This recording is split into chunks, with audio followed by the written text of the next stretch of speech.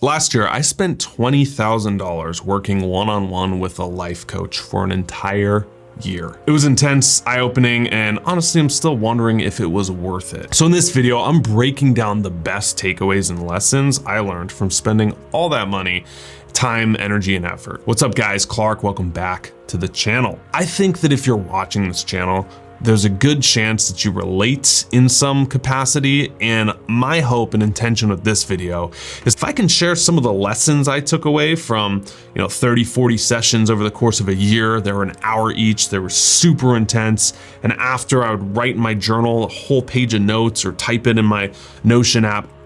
Like if I can pull from that and give you a few trailheads for you to go down on your evolution, not only is it 20 grand worth it, I think it's doubled, tripled with the value that we're spreading around. So that's my intention with this video.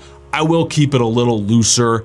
Not that I'm trying to ramble here, but this isn't one that needs a super tight ADHD Mr. Beast style edit, okay? I spent $20,000 working. Sorry, couldn't help it. I wanna answer two questions you're probably asking, and then I'll get into the pros, like what I learned and I really liked, and then the cons. What was more difficult? What would I recommend? Is it for everyone? That sort of stuff. First question, why'd you hire a coach? Personally, I was going through a phase and still, I guess, navigating through it of just creative burnout, business burnout, life direction.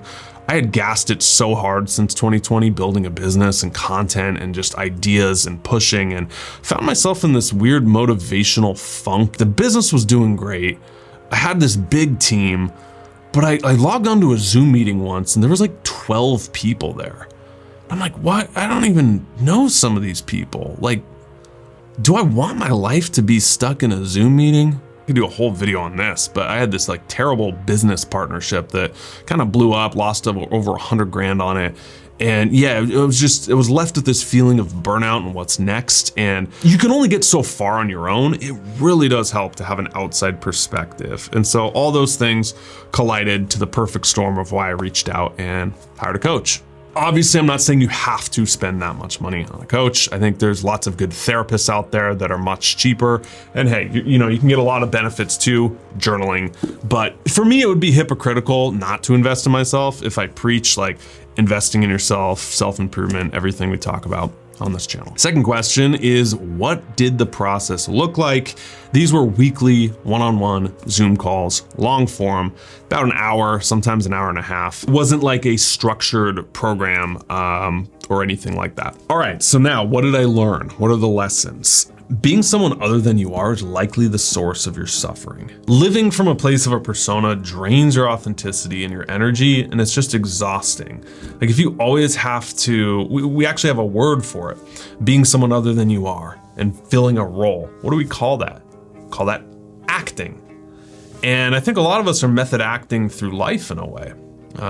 We have to act a certain way around our work. We have to act a certain way around our when we go on a date and we're trying to impress people. We have to act a certain way with our job or around family or whatever it is. And it's this inability to be our true self. We have to jack ourselves up on stimulants because who we are at the chill level, yeah, they won't like that. Or I have to like drink a lot before I hang out with friends so I can like match the energy in a conversation because, me sober, that's boring, right? Or I have to over prepare and cram for videos because who I am at the core doesn't have any value. And people want the ideas, the intellectualizing of it. Yeah, that's what they want. It goes back to us not feeling like we're good enough in the state we are. And so we have to adopt a persona to project out into the world. This is the inner work here, is can you strip down the layers of what you're projecting and get to the core of who you are? I have this show up tons of times with just the work I do. It's a really weird gig. Like content creation, if you're a content creator, you can relate, but if you're not, like you have something really pure you want to share, like you're inspired, and you can put it through this whole production ringer of like, okay, I have this idea, I can't let it go to waste because I have to get a catchy title and thumbnail and lighting perfect and articulate a certain way. And okay, the story's impactful. And by the time you like sauce it up to where now you hit record and it comes out, it's like, it sounds completely different. It doesn't sound like you. It's really hard to like strip all of that and just trust that who you are has value, and you have value beyond just ideas. It's an energy transfer. This making sense? I know this is deep. So the persona and like stripping down the layers of who we think we are and who we want the world to be. That was a huge lesson, and I'd say a majority of the work and throughout the year was spent on that. And deeper on this, there's something like, why do we do this? Well, here's the next thing I learned about myself. Part of that fear for me is being boring.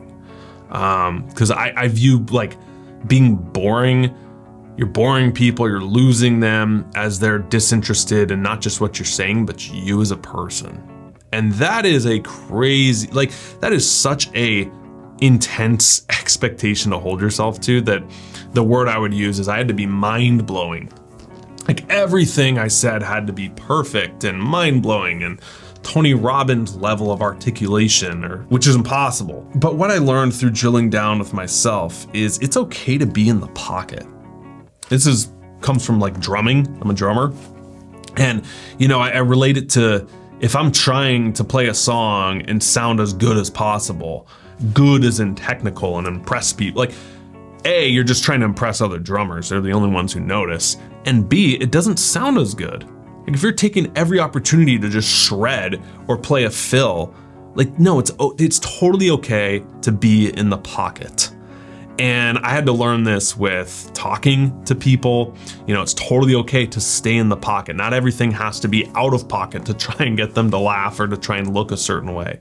It's okay to be in the pocket with your work. Not everything has to be this creative opportunity to put a twist on it. Like it's okay to just do the thing. My work with content, being out of pocket, I always want to give the most nuanced, deepest, original take on something, but sometimes that can just convolute what you're trying to say and lead to confusion. It's okay to just say the thing. It might be the first time someone's hearing it, and that's actually what really changes their life, is fundamental things. So whatever it is in your life, like I learned that it's totally okay to be in the pocket. And most of the time you should be in the pocket, because if you try to go for the funny, nothing's funny, or it seems forced or contrived. And I learned this, that like, yeah, you want to be mind-blowing, but dude, drill it back, lay it down in the pocket, and that's probably going to be the most listenable, valuable stuff. Another thing I learned when I'm looking at my notes here, parts work. This was interesting. It was my first experience getting exposed to internal family systems, IFS. There's a book on it, No Bad Parts by Richard Schwartz. Amazing. I recommend it a lot.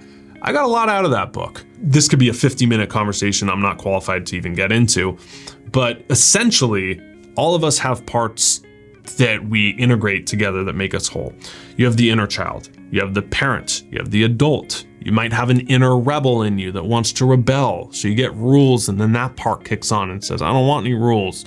You have the self-sabotager, you have the compassionate person, you have the joyous person, you have the lover, you have the creative in the room, you have the magician, you're doing magic, musician. This will be specific to you in your life. When we feel this like struggle, it's because we want two different things for two different parts. This dissonance that it creates is what feels uncomfortable. To use an example, dissonance in music is like when you have a chord and there's one note out of tune. It sounds eerie like a horror film. And the way you make it sound better is to resolve the dissonance, right? That's the same with us. So when we have a part that wants something other than what's good for us, or we're out of harmony with it. And so like for me, this was like the inner rebel, okay? I mean, long story short here, my nickname in high school was Danger. I think it was Rebel in middle school. Some girl, crush wrote that in my yearbook or something like that, because I was always acting up. I found that was an easy way for me to get attention. It was me wanting to be seen, and at least if I was in trouble, I was seen. Even if it was negative attention, at least I wasn't invisible. I was a somebody, and it felt to me like if no one looked at me, that was soul crushing. Like, I can't have that happen. I found punk rock and metalcore and like Warped Tour, and that kind of reinforces it, like, yeah, the man. Yeah, there's that part of me that wants to rebel and be anti-whatever. Now, every side has a positive and a negative to it, a shadow and a light. The positive of that inner rebel is it causes you to be original and to step outside conformity. I think it's why I launched this business. You know, I liked performing. I do, it's fun. Yeah, attention, validation, that's not always bad. I know we use it as like, oh, you want attention and validation, but like when channeled correctly, it can be a good thing, attention and validation. The shadow side of the inner rebel is you'll shoot down every idea that could make you better because you didn't come up with it. You can be so hell-bent on freedom being your North Star that you're afraid of commitments. And the best things in life often take commitments. Kids, building a relationship with someone, building a life with someone. That was a huge lesson. And I think seeing yourself not as one or split personality bad, you know, kind of this binary on-off switch, but seeing yourself as many has been a useful frame that allows you to sort of like chunk it down and work with a part of you that wants to be seen, heard, or met. Okay, next lesson, what I learned. I'll try and keep this one concise, but having the importance of slowing down and letting your nervous system recharge. So I am go, very much. Like I can't sit still. Call that ADHD, call that ambition, whatever you want to call it obnoxious. So it's hard for me when I get a Saturday or Sunday to just chill and do nothing. I've never been good at it. But then I noticed like that was fine in my 20s, but as I got into my 30s, it started to wear on me. And if you never allow yourself to chill and reset, your nervous system just fatigues, and that's where you get exhaustion and burnout. I think it's worse with this job of content creating and this career because it's like I can never fully turn it off. For how long I've been doing this, 14 years, I think is when I posted my first like drum cover and started making videos. Everything has been, oh, should I turn that into a lesson? Ooh, is that a good story? Oh, is that a quote? Ooh, should I read that book? Oh, I gotta read that. You know, compare this. This person says that, this person says, this like exhausting chatter of intellectualizing. And moreover, this need to like make everything into a story or bits, to use it for a lesson plan. You know, my trip at the dentist can't just be, I went to the dentist.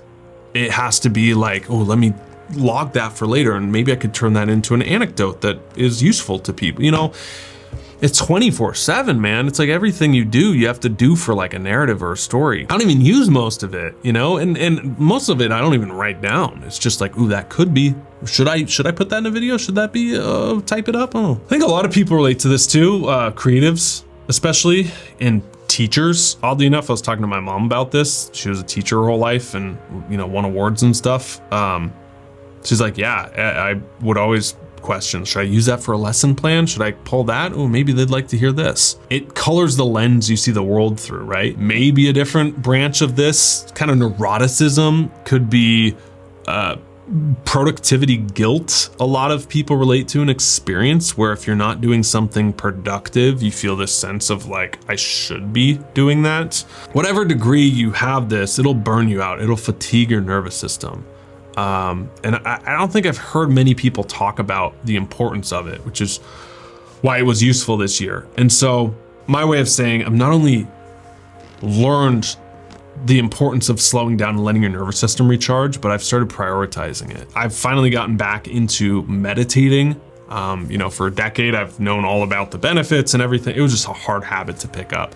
It's brutal. You know, you sit down, you do nothing, especially if we're talking about this like go neuroticism. It is the antithesis of it. It is the opposite. Just sitting down, chilling out and doing nothing. But it is amazing, guys, how 10, 15, maybe 20 minutes, if you're going crazy, a day of consistently meditating, what that can do for recharging this part of you. This also means doing less but better. So I've just locked in this awesome habit of where first 2 to 4 hours of my morning, you know, I'm getting up at like 4 or 5 a.m. I'm on one and I just do the hardest thing. And you know, I've taught that for a while. I've had phases of my life where I did that and then I fell out of it. I'm like, oh, why is it so hard for me to be creative? Well, yeah, you're trying to create at like 2, 3 p.m. You're tired, you've been working all day. Most of the day you've just been procrastinating it, right? So that burns you out in and of itself. But like when I get down and I do the thing, that chatter I'm talking about, that neuroticism of like, oh, that would be good, that just quiets down because you already did the hardest thing. This is something I learned too, not necessarily through the coaching, but just this year, how excess calories in your body get stored as fat, right? So if you're not using it, it gets stored as energy. I think excessive creative potential in your mind gets stored as anxiety. We're just gorging ourselves on the newest idea. And it's like this short-term memory churn of where you can only hold on to so much, and then it just turns over. And especially now, we're just scrolling and just stuffing our brains full of ideas and gorging ourselves on insights. If we don't act on anything, we're just consuming, we're gonna feel mentally out of shape or mentally fat. My way of saying getting up and taking action the first couple hours of the day has been massive. Okay, I feel amazing. I feel locked in the rest of the day.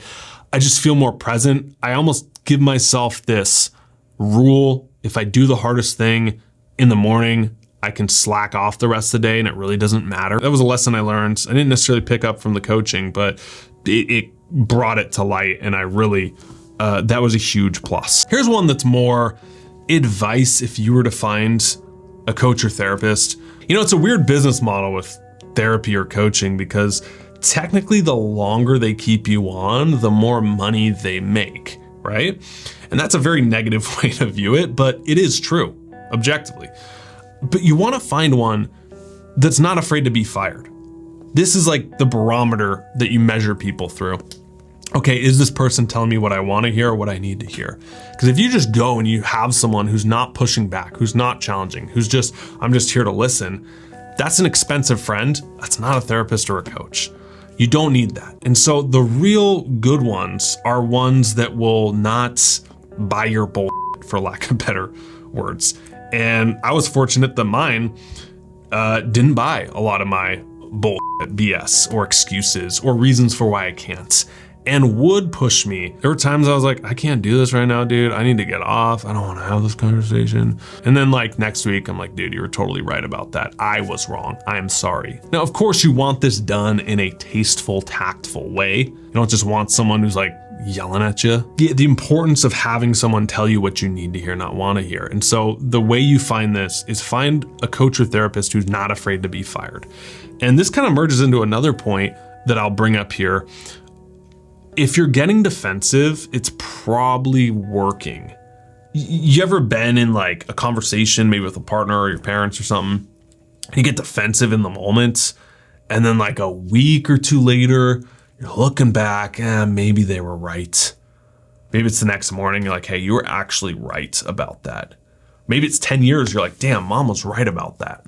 You can feel this with just even information online. Like anytime you find yourself getting defensive or like, yeah, not me, screw that. Whatever this shows up as for you, it's probably working, because that's prying into the comfort zone or your identity. And if your whole reason is growth, you're gonna have to shatter parts of your identity or your comfort zone, because everything you want is outside of that. Otherwise, by definition, you'd already have it. If you shoot down every idea, nothing's gonna change, right? You're just gonna, keep going down the way you want things to be. Another thing I learned is just labeling your fears and working through them one by one with someone.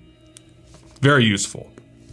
We think we know what our fears are in our head, but when you actually say them out loud and you have a conversation about it, it's amazing what that does and how it has it dissolve. So what are examples of fears? Well, I'll just share some of my fears. I wrote them down. Fear that it's all gonna fall apart, like this business I've built or my career, and that I'm gonna somehow end up back in my mom's basement again, and like my whole life is in the gutter. That's a huge fear I have, of not going backwards. Fear that it's all temporary, everything good is going to fade away. Fear that I'm past my prime. Fear of being misunderstood, like I'm gonna say something in a video that totally blows up and you get canceled or whatever and your whole thing's over. Like fear of everything falling apart is kind of the core. Fear of being on the spot and looking bad, or like needing to perform and prepare instead of just like speaking and trusting yourself. all light things. Side note, the point of writing these down isn't just to like sit and wallow in your fears and just be like, oh my God, I'm so afraid, I'm such a mess. If you dissolve something, you don't need to solve it. Huge breakthrough I had with therapy and coaching. When I dissolve a fear away, you don't actually need to tactically solve it. Most people, like if they write down the fear of being misunderstood, okay, how do I logically prepare so I can't be misunderstood? How do I, whatever it is, like that's not the solution. The solution is to look at the fear of being misunderstood. Where does that come from? Is it really true? If it is true, will I die if it happens? And realize the answer 9 times out of 10 is no, you're not gonna die. Yeah, you're gonna be misunderstood. In fact, it was like Emerson, Ralph Waldo Emerson, who's like, the greatest people are misunderstood. Jesus was misunderstood. Gandhi was misunderstood. MLK is misunderstood. No matter who you go to, being misunderstood is part of you evolving, and people aren't always gonna like that, or they're negative and they wanna drag you down. Bringing it back to just fears in general and working through those, when you dissolve the fear, you don't need to solve it. And yeah, I learned that a lot this year. And it's so much easier than we make it. And it's so much less intellectualizing. And sometimes all it takes, because I know like the question going off in your mind might be, okay, well, how do I dissolve it? Okay, what's the tactic? Give me like the 5-point question. And there's nothing. You just identify your fear and have a conversation about it with someone. And sometimes it's as simple as empathy and someone saying, I share that too. I have that same fear too. Like, really? Oh, okay, I'm not alone. Great saying, Carl Rogers is the name. What's most personal is most universal. It's like the fears we all have are what connect us. And even if I list out a few, if you relate to any of those, you're probably listening closer and you feel a little more connected. And remember that when you try to solve your fears, you're doing a disservice. Oftentimes, you just need to let them dissolve. This one is sort of just an insight I had. Growth happens when you're not winning. I love this because a lot of times we want to always be like winning and on top of it and crushing it. But man, like all your deepest lessons that set you up for later happen in the pit, in the dip. Like when things are falling apart, you learn the most about yourself. And those are lessons that stick with you. You look at any big entrepreneur who talks, or like author, or whoever you look up to. A lot of their talks aren't about when they're crushing it and everything was amazing. It's like the bottoms, the struggles they had to get there, because that's what forms you to have the success later on. And in that way, sometimes success is one of the worst things that can happen to you because it can make you soft. Here's the next one. You can't force breakthroughs. The first 6 months of working with the coach, I wanted a breakthrough like that. Right? In the first month, it was great, it was awesome. And then we kind of hit this rough patch, month 2, 3, 4, 5, and 6, where I'm like, I'm showing up for an hour every single week. And I feel like we're having the same conversation. And the reason I'm putting this in here is because breakthroughs take time and they're different for every single stage of your life. Like sometimes you have an event happen and it cracks you open, you have a breakthrough, you snap. You can't force that to happen. Growth can also look like a slow process.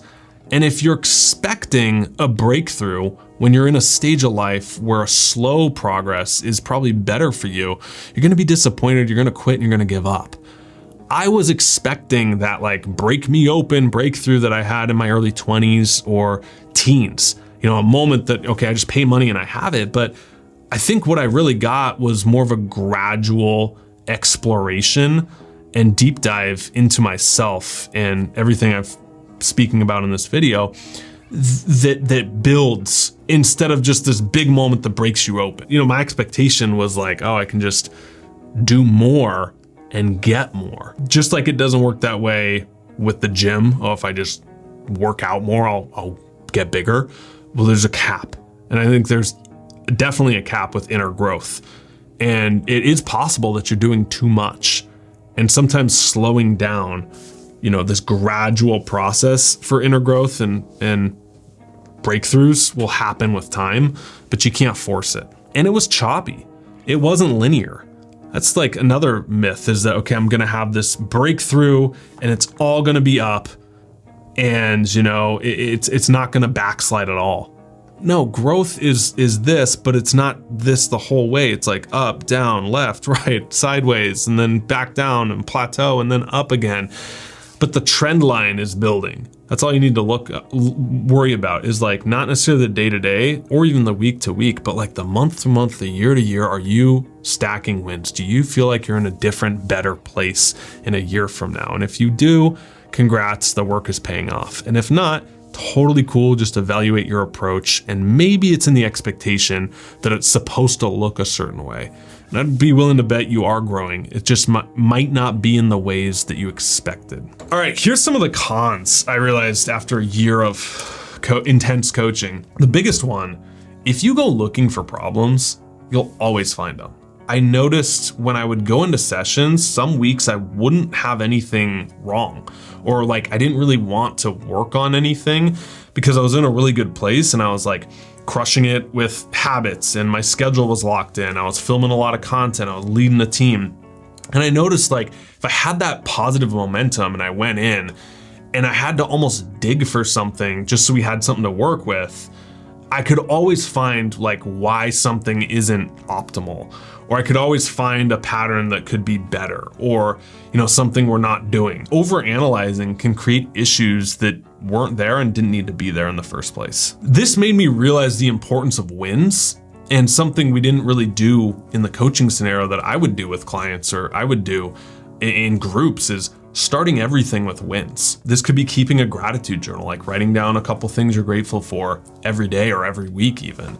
This can be just starting every meeting with what are the wins. This could be starting every journal session with not, okay, what do I want to fix? But as hard as it is, what are 2 or 3 things that's working right? But I've realized the more you focus on what could be better and what could be optimized, if you spend all your time there, no matter what stage of life you're in, if you go looking for problems, you can always find them. The next, con is inner work is work. I think we can write off like therapy or coaching or journaling even as just something that's mental, so it won't have a physical tax on you, right? Oh yeah, I'm just reading or I'm thinking or I'm writing or I'm talking. But I compare it to going to the gym. There's sessions you go in and you walk out and you feel amazing. You're like, great, I spent energy and now I feel awesome. I feel energized. Then there's sessions where you go in and you're like, I don't want to do this. And you spend energy and you walk away and you're like, dude, I'm gassed. I need to lay down. The rest of the day, I don't have anything in me. Inner work's the same way. I certainly didn't expect it was going to be this feel good, crushing it every day, check-in kind of thing. But I didn't expect it to be as, for lack of a better word, draining or exhausting as it was. Fatiguing. If you're considering working with a therapist or coach, I think less is more. I would do it maybe 2 times a month instead of 4. I would do probably 30, 45 minutes max, but 30 minutes. Because I found myself really good for the first 30 minutes. And then as we dug deeper and deeper and deeper, the conversation progressed. Towards the last 30 minutes, really the last 10, I'd get so tired sometimes that I found myself kind of walling off and shutting down, if I'm honest. So that's what I would do. Inner work is work. So I would do 2 times a month, 30 minutes, and just make sure you're not planning on when you got a big day. Maybe plan it on a Friday when you got a weekend to chill, because you're not always gonna walk away, skipping. This next con is over-identifying with your problems. And the more you talk about something and the more time you spend on something and attention you give it and label it, the deeper of an identity it sets for you. Now, I gotta be really careful with this because I think there's immense benefits in digging up what happened to you, talking about it, so that you can process through it and move on, or integrate it in you and not have it hold you back. But there's this whole aspect of doing inner work where if you talk about your problem, you label it, and it's the only thing in your life, it becomes an identity for you and reasons for why you can't. And then there's an extreme side of this where it's called wound worshiping, where this thing happened to you. Now your whole life is going on retreat after retreat, hiring therapists, doing every single healing you can.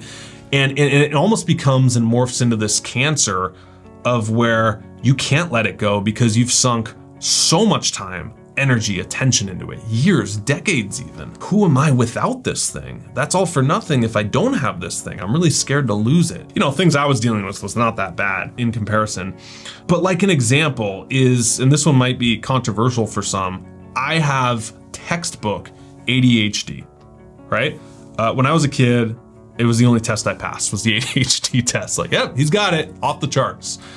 Wow, we've never seen results like this. I refuse to identify and buy into that label. I refuse to be on a medication for it. I don't like the idea of being dependent on that. You know, we're just honest, like go to the comment section of all of them. And it's like people victimizing themselves because they have this diagnosis of ADHD, or it's an excuse now for why they can't do something. Like, well, I can't do that, but my ADHD. Or I would do that, but my anxiety. Oh, I would do that, but depression.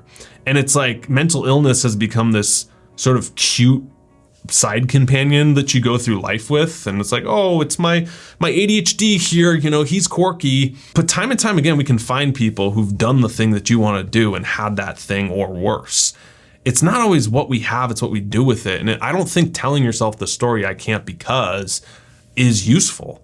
Right? Like I never wanted to tell myself I can't start a business or I can't focus because I have ADHD or because, you know, I struggle with social anxiety from time to time. So I can't be on sales calls or I can't run meetings or I can't whatever. Like you can always find reasons for why you can't, but it's not useful if you have a goal and you want to pursue it. So be careful of over identifying with labels in your problems, especially in 2025 moving forward, as mental health, psychology is everywhere on the internet. So I want to end with the final verdict and then the biggest takeaway of all. The final verdict, was it worth it? Well, what I walked away with from a whole year of that and spending 20 grand is this was extremely useful. I grew a ton. I also walked away with the realization this definitely isn't for everyone. So for me, I would say overall it was a positive, but I walked away with a different perspective because in the past I used to say things like, you know, you need to go to therapy or you need to work with a coach. I don't think everyone should work with a therapist at all times or a coach at all times because it's like a medication. It is a treatment, therapy and coaching, like it is a treatment for something. And so if we were to tell everyone, hey, you need to be on a thyroid medication, be kind of ridiculous, right? It'd be overprescribed because not everyone has a thyroid that needs it. So I think the same way, like if you feel like you're struggling or plateauing or whatever, for whatever reason, you'd go work with a therapist coach, go for it.